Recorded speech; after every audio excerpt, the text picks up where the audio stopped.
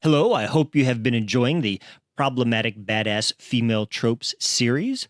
We thought we'd put out this special short episode here with Todd Robbins. You might remember him from the Bad Business miniseries we did before. Todd has started publishing a literary journal called Vautrin, and I thought I would bring him on to tell us about the magazine and, drum up some support for locally produced literary endeavors because, people do things and they should get some recognition for it. So let's listen to Todd tell us about Vautrin and where you can get it. It's, of course, at Watermark Books. Links in the show notes. So here we are, Todd Robbins. We haven't really sat down and chatted into microphones since we did the Bad Business podcast. And since then, you've put out a literary journal that we're going to talk about here for a while today. I was surprised. I was thinking about this today. We've known each other for 14 years now. That's fucking crazy.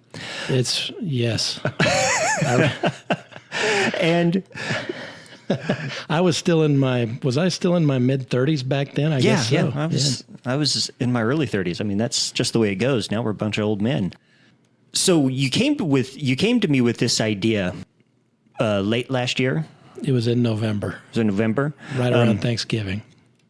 Tell me you were thinking about that. Now, I was I'm going to tell, I guess before we get too far in here, is there an expanded, a slightly different bio of yourself? Did you like to tell the my 5 listeners out there? Your 5 listeners. Listeners. We didn't expand it beyond 5 with the bad business. Well, the numbers have been increasing. The consistent thing with the miniseries has gotten up. I think we're now up to something like 8,000 downloads. So, that's good. How many of them are bots? I don't know. What did I tell you the last time? I guess we could add that I did the Bad Business podcast with you. That's part of my bio. Right. I don't know. So, okay. So, well, then, are you originally from Kansas? Yes. Born and raised?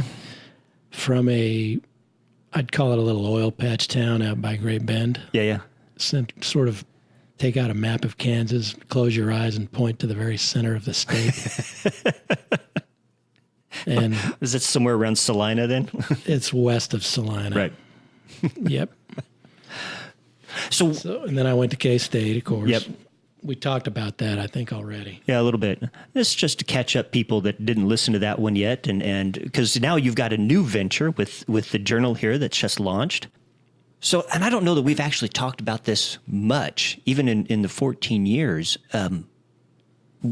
When did you know you were going to be a writer, that you were going to have a literary life? I got started in, like everybody else, probably in high school with Gatsby. And I would say Gatsby was a turning point for me. Oh, yeah? Sophomore, I think it was a class called 20th Century Popular Culture. And we read Turnbull's biography of Scott Fitzgerald and did the whole Jazz Age thing and read The Great Gatsby and This Side of Paradise and all those Fitzgerald novels. That was kind of the start for me. Right. Did you guys read about that generation's, I guess, journal culture, their magazine culture, how they're because there was, Ezra Pound did a journal for a while, and I know Gertrude Stein probably did one as well. Everybody kind of had, basically a mimeograph type of thing and hand typed and copied in some fashion, just because this kind of the way literary movements always start off is nobody wants to publish people, so they do it themselves. I think so. If you're waiting around, then you might as well just jump in. Yeah. So what finally was the breaking point for you? Because I know we've been, in the 14 years we've known each other, we've both been struggling to get published, and the door hasn't cracked open for you yet. It should have happened a long time ago. You've done some pretty good work that I've read. So, you mean as far as making this magazine go? Yeah. What was the breaking point? What finally kind of got you out of the... I just had a strong idea back in November to do it, and I just did it. I mean, I wouldn't necessarily call it a breaking point. It was just that week I was in that mode. Yeah. I was kind of in idea mode that week, even more so than usual. And it was a very strong impulse to found this magazine. And I just went and did it. And didn't really think it all the way through. Just launched it. Those are some of the best plans, aren't they? The kind of half-assed fly by the seat of your pants ones that figure it out later. Right. Stay with the idea part, Yeah. and then figure out the other stuff later. Yeah. It's not how a business person would probably do it, but if you're doing a literary venture, right, you're going to muddle through anyway. So. Oh, sure. I was a bit surprised. You sent me to the bookstore website to read the blurb about the journal, and of course, you've got your intro in here, your note from the editor, and I'll tell you, I was a little surprised. In all this time, I never would have guessed that you had a hint of the magic realism in you, and that's what this feels like. That note, yeah. It's either that or it's tongue in cheek. You can take it either way. Do I really mean it? Yeah, do you really mean it? But it's one way of explaining how I got the idea, right? Being visited by a ghost. Yeah. Yeah. So yeah, that was surprising. I was surprised by that. Right. Your humor is usually rather dry and grumpy. This one's it's a different way. Yeah. So what was the experience like? I mean, because you did help way back when I did the project for a new mythology for that. What was this particular experience like trying to put this together? It was an enjoyable experience. I mean, as I suggested in this note, in the editor's note, Scott Phillips, I talked to him early on. He sounded interested. I talked to you, a few of the other people I know. Right. And then I started, Albert Goldbarth gave me some good ideas. Oh, good. And then I started just thinking about how to maybe build outward a little bit and get some out-of-town writers in. Right. And so it became a sort of an exercise in figuring out how am I going to find some good writers who are going to be interested in this particular journal. And so I ended up keeping in mind that the magazine is very focused on, as I mentioned in the publishing page or the publisher's page, the title page, mystery and crime fiction or gritty urban fiction is kind of the theme of it, or the type of aesthetic. So I went through Best American Mystery Stories last year and found, you've got the honorable mention, the noteworthy writers. And I kind of contacted a few of them and ended up getting contributions from Sylvia Warsh in Canada, and Thomas Pluck, who lives in New Jersey and has a novel coming out next fall. Yeah, I saw called that. Riff Raff. Saw that. That looks interesting. I've always been impressed by the willingness of writers to be helpful at these situations. Without naming any names, was there anybody that was kind of blew me off? Yeah, blew you off or aggressively decline you? Because I had a couple of experiences like that with the project, just people that I thought would be interested in it somehow kind of coming back to me like, well, without this and this in place, I really wouldn't feel comfortable just donating something to, strangers off the cuff. Let's see. Lawrence Block wrote back and said, Lawrence Block, just for the hell of it, I contacted Lawrence Block. So you're going to drop names on that one. I'll drop names. He doesn't care. He sends me his freaking newsletter. Anyway, I contacted Lawrence Block, and he wrote back. Yeah. He just said he doesn't write that much anymore, and what he does write has a place. Right. And then I almost wrote back and said, hey, Lawrence, can I put your letter in my journal? Have a category called the one that got away in each issue. Well, that would be interesting. That would be interesting. At least he wasn't kind of a jerk. Oh, he's a nice guy. Yeah. I've written to him before because, I'm surprised he's still alive because I remember reading his column in Writer's Digest when I was in high school 30 years ago. He's been publishing. He's one of the most published mystery crime fiction writers out there, without a doubt. Yeah. The guy was just a writing machine. Well, like I said, at least he was nice.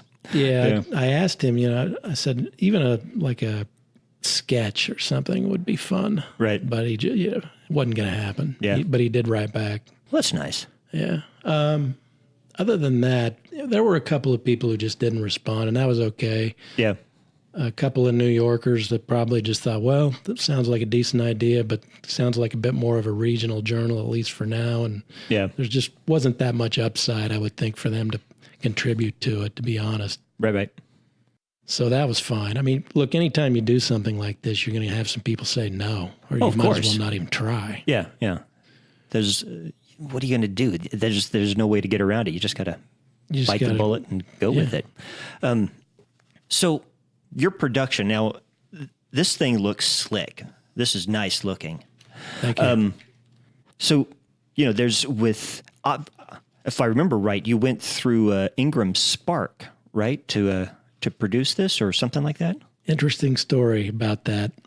That was the plan. That was the plan? So how? And I went on, and the day before we were going to send this thing to print, I had filled out a form at Ingram. I think it's called Lightning Source. So we're throwing that name around now. Oh, well. Yeah, well. And I thought I had filled out the form and done what I needed to do, and that we were just going to be able to go do this, download or upload it and finish. Well, for some reason, I had it in the brain that when we uploaded it and actually filed the order, that was when we would get the ISBN. Oh. And I found out that day that, you got to get that from the Library of Congress. I don't know why I had forgotten that, having worked in the book business as long as I have.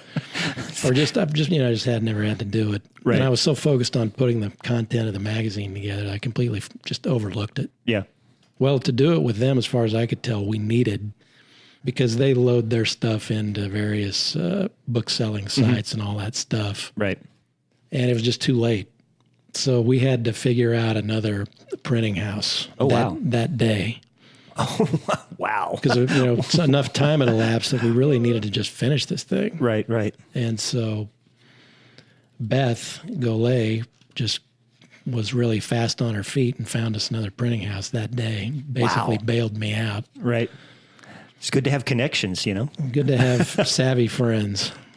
So, and I think they did a good job. Yeah. Who was it that you, if you don't mind sharing, who was it that put this together for you then? You had two ways. You had interesting. It's got a very similar name. I want to say Lightning Press. Okay. I've got it in there on the box. It's I don't think they wrote their name on it anywhere even. I thought they would, but they didn't. They don't want to be associated with it. Well, you are inspired by a criminal element here. So, they're just flat out not. Yeah, are you going to use them going forward? I am. Well, that's sharp. That looks good. I am, because they were the difference was this. They're a smaller operation. And so when we called them, they actually answered the phone. Oh, wow. Instead of giving us the runaround with the answering service stuff. Right. And they did not require an ISBN to do the print job. So that was essential, since I had blown that part of it.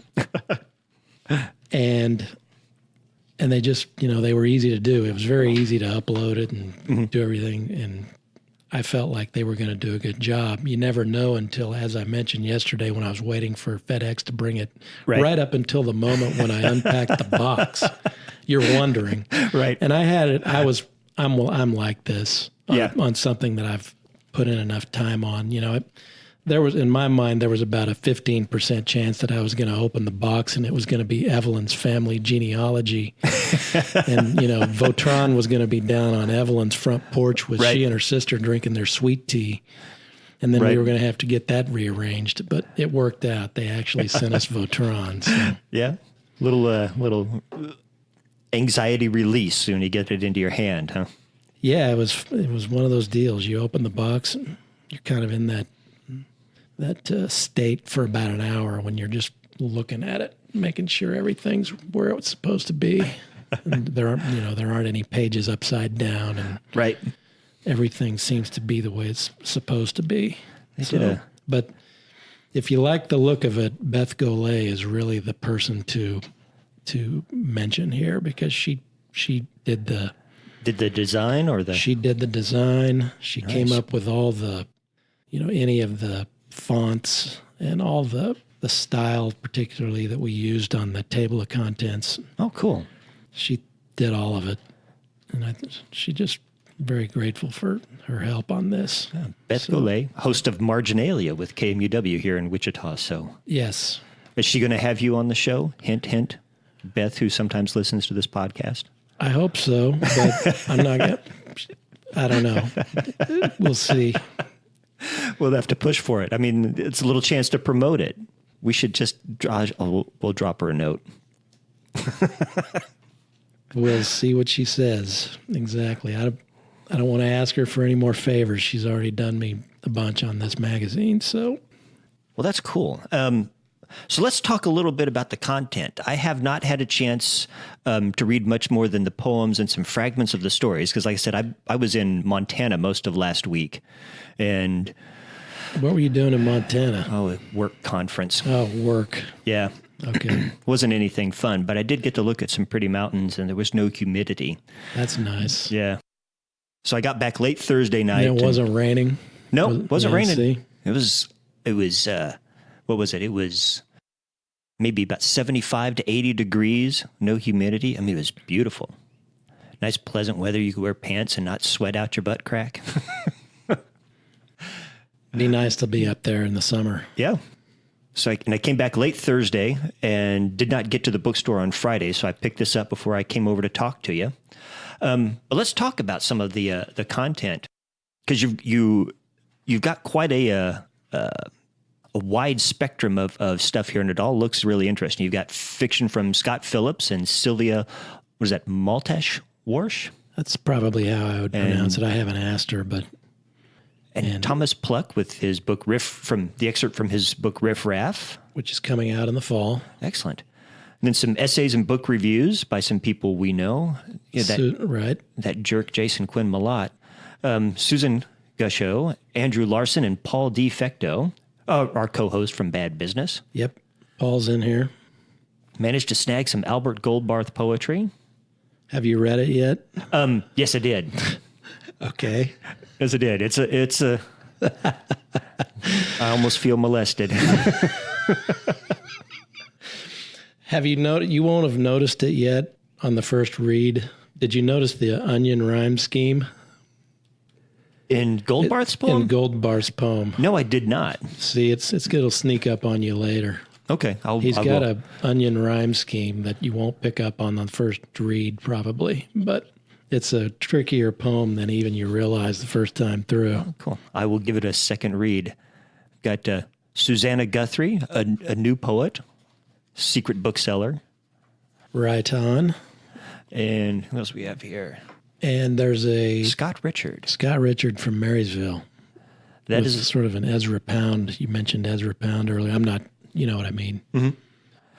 And is this his first published poem as well, or something? I think he's published some other poems through the years, here and there, in a couple of probably pretty obscure journals. I don't know. I haven't talked to him that much about it. Did you know him at K-State, or is he a more recent? Of course. Oh, you did? All right. Yes. Okay, so there are three K-Staters in this. Little alumni party. Right. You, Fecto, and Scott Richard are in there. Scott sat in the poetry classes with us.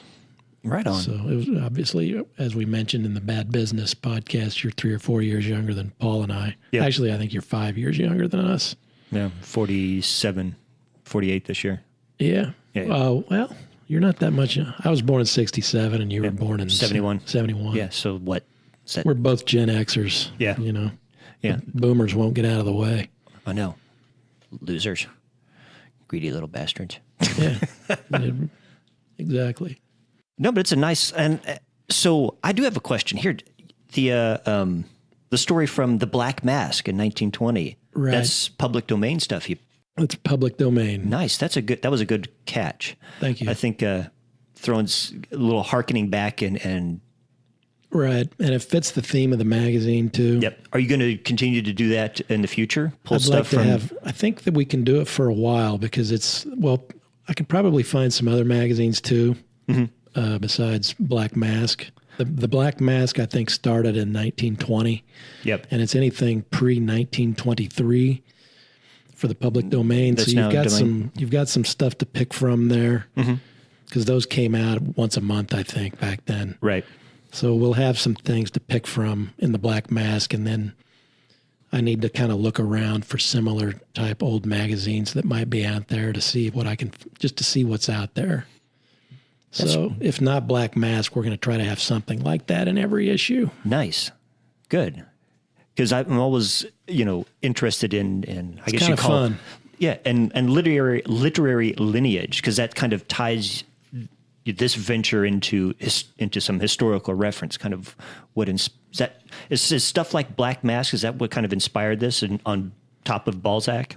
It's kind of a combination. Yeah. Of Black Mask and of course the Bad Business stuff that we discussed, and then Balzac kind of is an early, sort of almost a forerunner of those folks in a way, because he's got somebody like Vautrin running around in his novels with he's a character who could be in some of the novels in the 20th century. Yeah, absolutely. And I think that's, what is it? Someone was saying that fiction is a trouble generating machine. It's a way for humanity to rehearse its response to trouble. And crime in particular is one of the more prevalent forms of trouble we encounter in the real world. And good, well-written crime fiction does have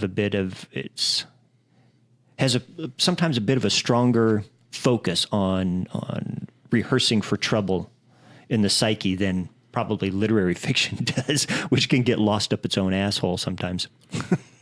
We talked about it in the other podcast, just the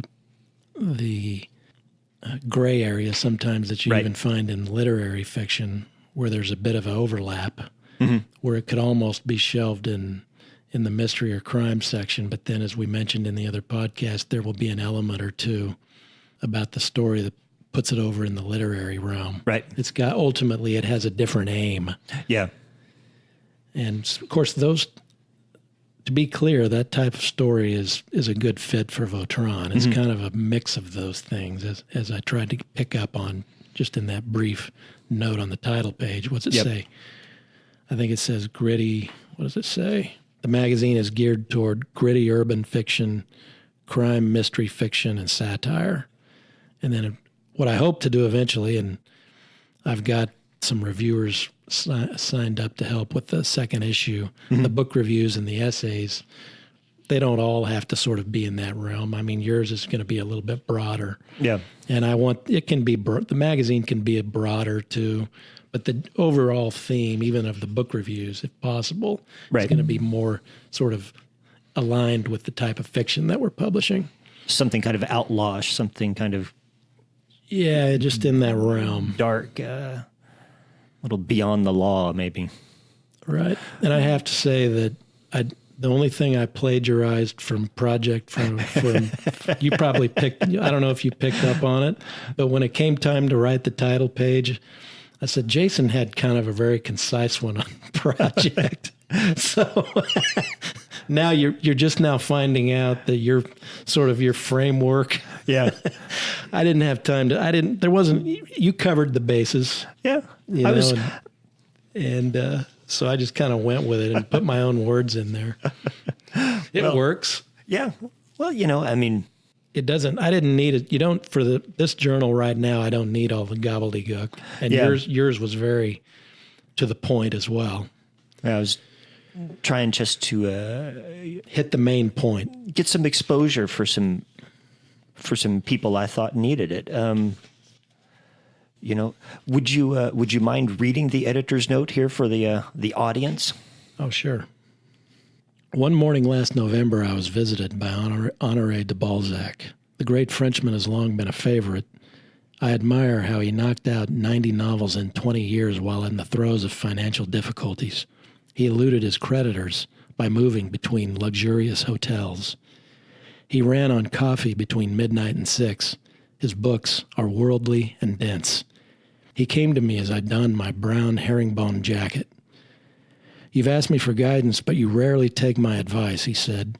I pointed out a while back your writing would improve if you wore a burgundy velvet smoking jacket during composition. They don't sell those in Wichita, I reminded him.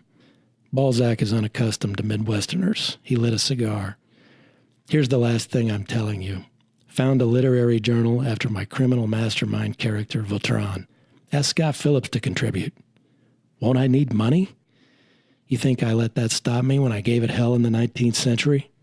I emailed Phillips about Balzac's idea. He wrote back a few hours later. I'll do it for Honoré. Next up, a natter with Baudelaire. The poet has the skinny on velvet smoking jackets. Maybe, yeah. The tone of that, and then the blurb on the website was a little. It was different from. I think I said this earlier. From of other stuff of yours I've read, and it tickled me. I've been. I see what you mean.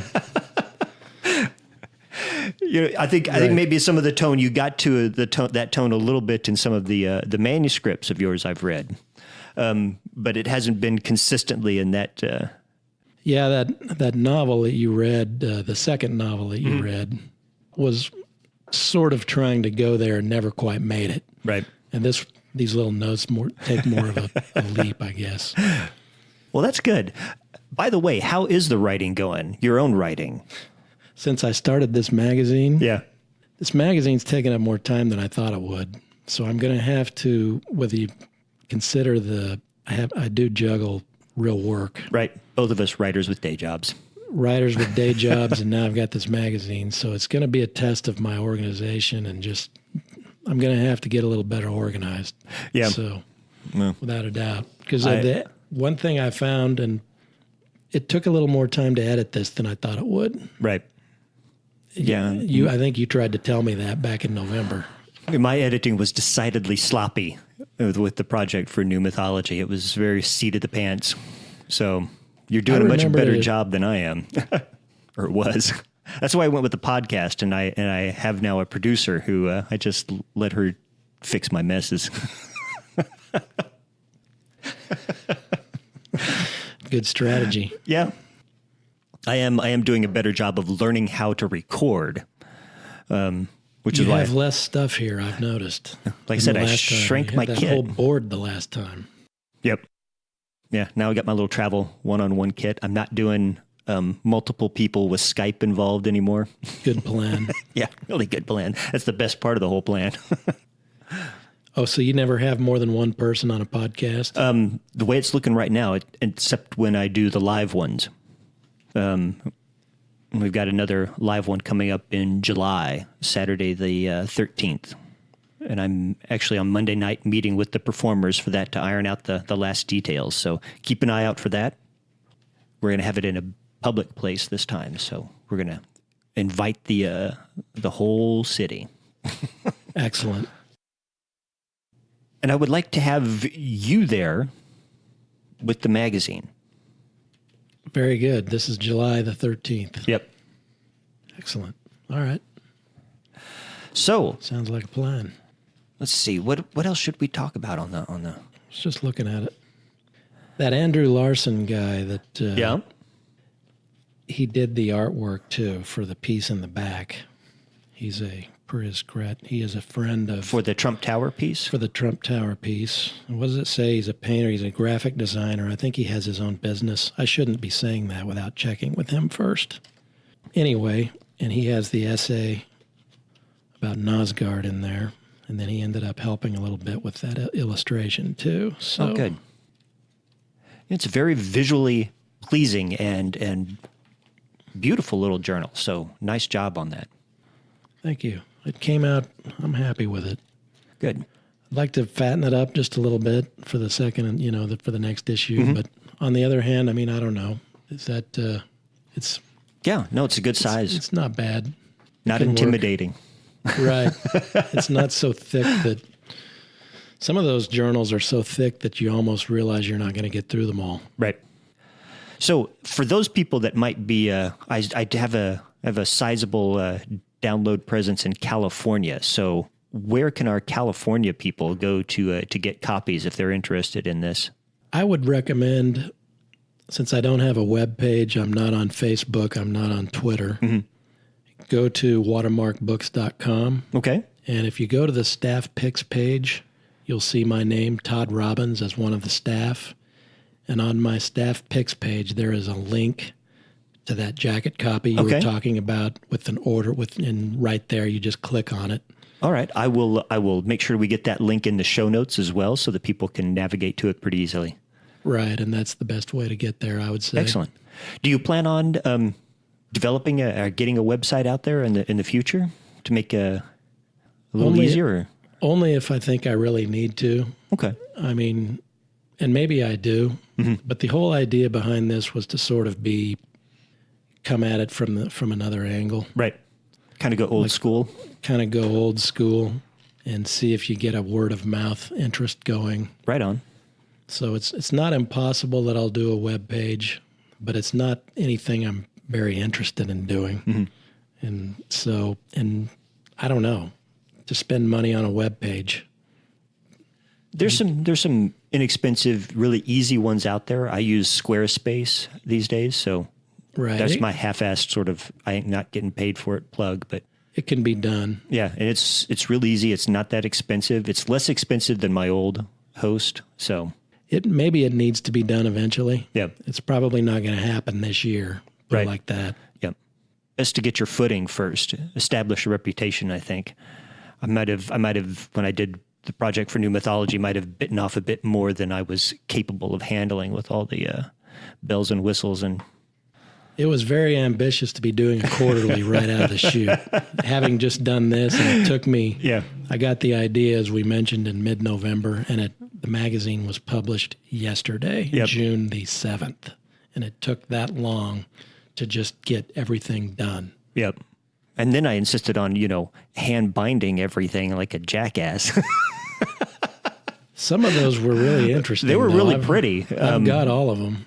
I especially liked the one that came in the envelope. That was my favorite one. It had the CD in it. They have more of a chapbook feel to them. Yeah. And the red and white one was the other one that was really pretty. I remember it. So I've got them all. Yeah, a little short-lived thing. Stashed around here. How many did you do all together? Was it a year's worth or even a little more than that? We did almost 2 years worth. There were 6 print ones and one that was entirely online. So we did almost 2 years worth. We did 8. We didn't do 8. We did 7. It was a good magazine. If I had been a little bit smarter, a little bit older and wiser, there would have been a whole lot of things I would have done differently. But it was a learning experience. That's for certain. I'm not sure that were printing houses such as the one I just used for this, were they even up and running back then to the extent that they are now? The POD type of stuff? Just somebody that you could afford, you could use. I mean, this was very affordable. Really? So it was. Yeah, I don't remember. I know I looked at some POD stuff and didn't like the price and didn't like how it looked because it was still very much, white paper and free font type of thing. It wasn't anything that really looked that sharp. Like a lot of those old self-published books that we had in the store in around 2005, 2007. Right. We were greatly helped by the fact that Beth had the publishing program, and so everything was done. Yeah. When we sent it, including the cover art, the whole thing was done, and all they had to do was just print it. Yep. What was she using? Was it an Adobe thing or a... You'd have to ask her. All the technical inside dirt that people are like going, oh my God, why are they talking about this? Well... They're interested. Yeah, hopefully they're interested. Hopefully they're thinking maybe of starting their own because with the way our society is going right now... And the massive conglomeration of publishers into 4 or 5 big units, it's really squeezing out that potential for the small voice, for the regional voice, for new writers.